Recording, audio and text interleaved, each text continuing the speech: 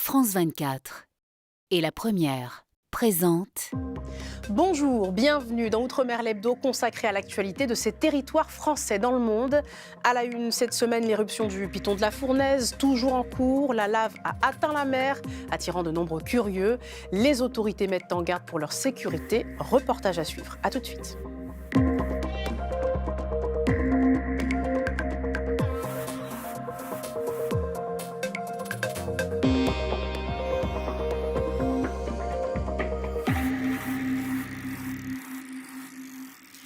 Le Piton de la Fournaise attire encore plus de monde à La Réunion depuis que la lave a coupé une route nationale et atteint l'océan. Désormais, les fumées rendent l'air par endroits irrespirable, un danger que certains bravent toutefois bien volontiers pour la beauté du spectacle et puis pour quelques vues sur les réseaux sociaux. Le préfet les met en garde. Laïd Beritane. L'éruption du volcan de La Réunion se poursuit. La coulée de lave a atteint la mer et la plateforme qui s'est formée continue de s'élargir. Un spectacle extraordinaire, mais extrêmement dangereux. Certains, pourtant, n'hésitent pas à se montrer au plus près du volcan. On se filme en train de faire des crêpes, des œufs au plat ou grillant des marshmallows au bout d'un bâton. Des comportements imprudents, voire dangereux, c'est ce que rappelle le préfet de La Réunion. Je voudrais rappeler solennellement qu'il est interdit de se rapprocher de la mer, de sortir de la route, et que si je l'interdis, c'est parce que c'est dangereux. Malgré ces recommandations, des randonneurs bravent les interdits pour admirer le magma. 2h30 de marche pour aller voir la lave, je l'ai vu, et puis ça, je peux vous dire que ça en vaut le détour. Pas trop gêné par les gaz? Ça va, on le sent quand même qu'il y a des gaz qui sont assez toxiques, donc vous voyez, j'ai enlevé mon t-shirt, je l'ai mis là et je l'ai mis devant la bec, mais vaut mieux quand même la voir parce que vous sentez qu'il y a des fumées qui sont toxiques et c'est pas vraiment agréable au nez. Vous avez pu vous approcher de la lave? Oui, mais avec un masque par contre, parce qu'il y a des fumées toxiques, dioxyde de soufre. C'est dangereux de respirer ça si on reste trop longtemps à côté sans protection. Donc moi j'avais une protection. Si le spectacle est grandiose, les dangers pour la santé sont réels, car la lave, lorsqu'elle entre en contact avec l'eau, dégage un gaz toxique. L'interaction des laves avec l'eau de l'océan crée un panache gazeux riche en acide chlorhydrique, en acide sulfurique, et qui peut être extrêmement dangereux pour les personnes à proximité. L'éruption du Piton de la Fournaise a débuté le 13 février dernier. C'est l'un des volcans les plus actifs de la planète, mais aussi l'un des plus dangereux. En 2011, 2 jeunes randonneurs y avaient trouvé la mort après avoir passé la nuit, probablement intoxiqués par la chaleur et les gaz. On s'intéresse à l'érosion côtière en Guyane, un phénomène constaté depuis de nombreuses années sur les plages de l'île de Cayenne, de Kourou ou encore d'Awala-Yalimapo. Et il prend de l'ampleur sous les effets du dérèglement climatique. Les habitants de la bande côtière sont mis à rude épreuve. On voit cela avec Emma Chevalier, Vanessa Etienne et Karl Constable. Serge Pawlowski vit à Montravel depuis son enfance. Ces dernières années, il a vu la mer grignoter peu à peu la plage devant sa maison.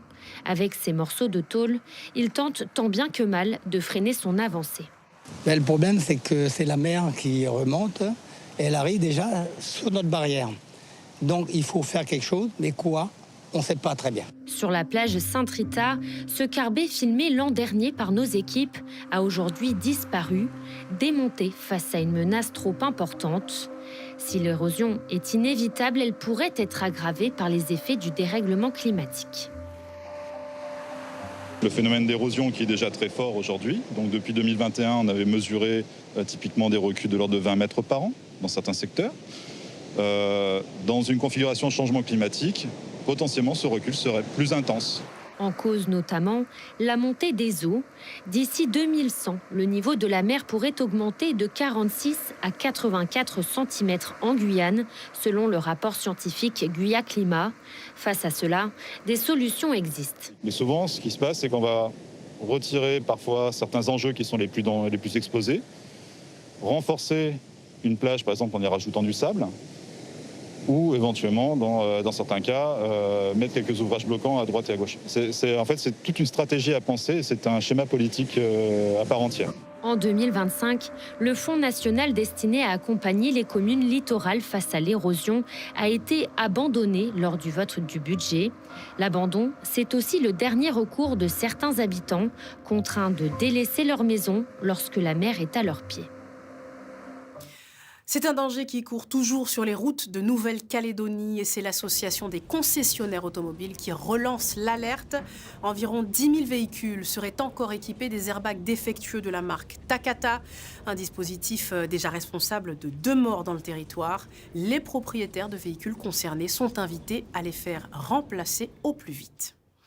La France avait déjà été condamnée pour ces mêmes raisons. Le centre pénitentiaire de Baie-Mahault en Guadeloupe en pleine controverse depuis la publication d'un rapport alarmant sur les conditions de vie des détenus.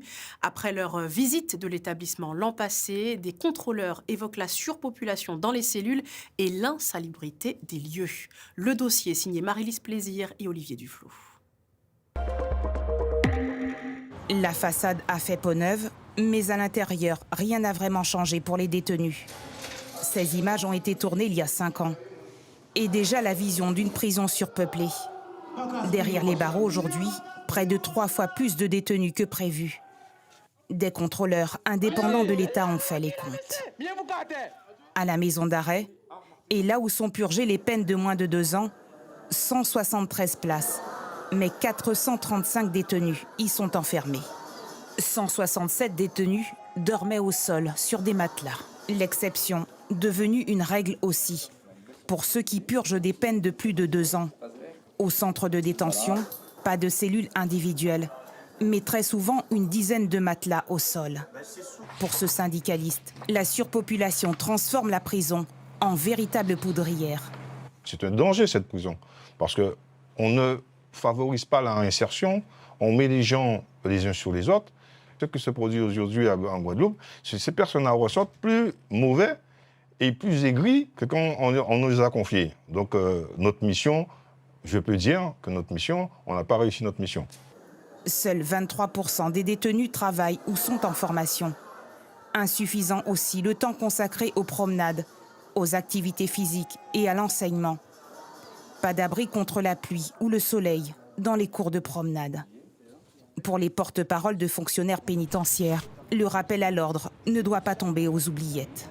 L'UFAP demande à l'administration, à l'État, de prendre leurs responsabilités, d'assumer avec des moyens financiers et des moyens humains, parce que nous demandons la création d'une structure d'accompagnement à la sortie pour les détenus, comme cela se fait dans différents départements. Et je dirais que ça pourra au moins diminuer le terme de récidive, parce que ce seront des détenus qui seront pris en charge pour la sortie. Des mineurs à l'étroit aussi en prison et trop souvent cloîtrés dans leurs cellules. Les contrôleurs rappellent que chaque jeune en détention doit avoir un accès à l'enseignement scolaire et un programme d'activité individuelle. Elles font le bonheur des amateurs de grand air et de glisse, au moins une fois par an en Martinique. Mais que deviennent les fameuses yoles de course usées par le temps? Eh bien, elles sont parfois abandonnées en pleine nature. Alors, une filière de recyclage s'est mise en place. Muriel Tozia et Eddie Belrose. Elles ont fait il y a 20 ou 30 ans la fierté de leurs coursiers. Mais depuis, elles encombraient le littoral et polluaient parfois aussi les mangroves. Chacune de ces yoles représente 500 à 700 kilos de déchets. Et pourtant, il a fallu attendre des années pour qu'une filière de recyclage se mette en place. Auparavant, on les jetait dans les palétuviers, ça polluait. Vous savez, les carbones, c'est quelque chose qui pollue vraiment. Et là, pour vous dire, aujourd'hui, j'ai des frissons, tellement que je suis vraiment fier de ce qu'on est en train de réaliser. L'association estime à plusieurs dizaines le nombre de ces BHU, bateaux hors d'usage, abandonnés sur les différentes communes de l'île. Jamais prise en charge, car encore plus que pour d'autres bateaux de plaisance, la structure de la yole est particulière et le recyclage encore plus complexe.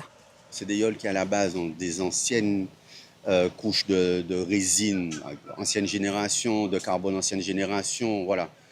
Des cols, aujourd'hui on est dans la résine époxy ultra moderne. Avant, si vous mettez le feu dans ça, vous avez une fumée ultra toxique. Donc c'est très très toxique et puis après visuellement, ce sont des plaies sur les plages.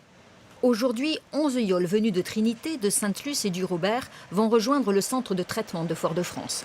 Une opération qui a un coût, 7 000 € pour l'enlèvement et le transport de ces yoles, financés par les partenaires historiques de ces 2 associations. L'État, lui, prend en charge le recyclage. Le prix à payer pour que notre nature et le littoral retrouvent de leur superbe.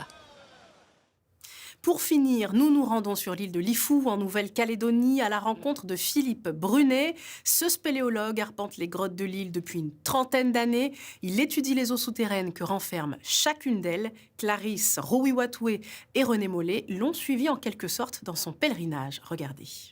Silence, s'il vous plaît, merci. Et action. Philippe Brunet, le spéléologue de 66 ans, sillonne les tribus de Lifou depuis 1995 pour percer les secrets des grottes de l'île. Il en a exploré 108 au total.